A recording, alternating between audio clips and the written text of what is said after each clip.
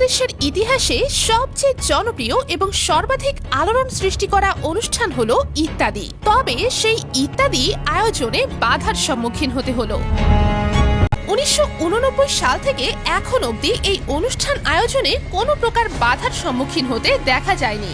তবে ইত্যাদির ইতিহাসে ব্যতিক্রম দেখা গেল এবার। আমরা জানি যে মুখের কথা এবং ধনুকের তীর ইত্যাদি সারা দেশে ঐতিহাসিক স্থানে ধারণ করা যে ঐতিহ্য, সেই ঐতিহ্যকে টিকিয়ে রাখতে সাম্প্রতিক ঠাকুরগাঁওয়ের রানী সংকৈল নামে একটি ছোট গ্রামে ইত্যাদির আয়োজন করা হয় এবং সেখানে দর্শকের জন্য 2000 টিকিটের ব্যবস্থা করা হয়। তবে জনপ্রিয় এই অনুষ্ঠানের কথা শুনে লাখো মানুষের উপস্থিতি ঘটে সেখানে।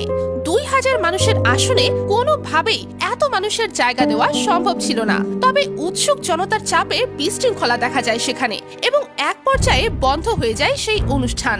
হানিফ সংকেত এরকম পরিস্থিতি দেখে বেশ আশাহত হয়ে যান এবং পরে তিনি জানান, অনেক চেষ্টা করেও আপনাদের শান্ত করতে পারলাম না।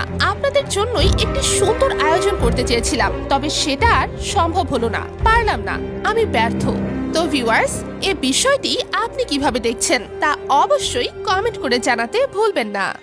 এবার যেটা করব, আমরা করি, আমরা দর্শকদের কিছু তালি নেব, আপনাদের কিছু হইহুল্লোড় নেব, এরপর আমরা আস্তে আস্তে অনুষ্ঠানে চলে যাব। তাই আমরা কিছুক্ষণের মধ্যেই শুরু বলো হচ্ছে হবে। আচ্ছা, তো আমরা যেটা করব, কতগুলো নিয়ম আছে। আমরা যখন শুটিং করব, আপনারা যারা আছেন, যদি আপনারা কোনো রকমের হুল্লালি করেন, তাহলে আমাদের ক্যামেরায় চলে আসবে।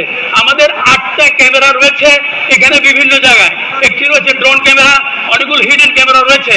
আপনারা যদি এরকম করেন, আপনারা সুন্দরভাবে, যেভাবে আপনারা দেখবেন বিদেশে অনুষ্ঠান দেখেন, চমৎকার ভাবে দর্শকরা তাকিয়ে দেখে, আপনারা তাকিয়ে দেখবেন, নড়াচড়া করবেন না, হুড়াহুড়ি করবেন না, তাহলে ক্যামেরা এসে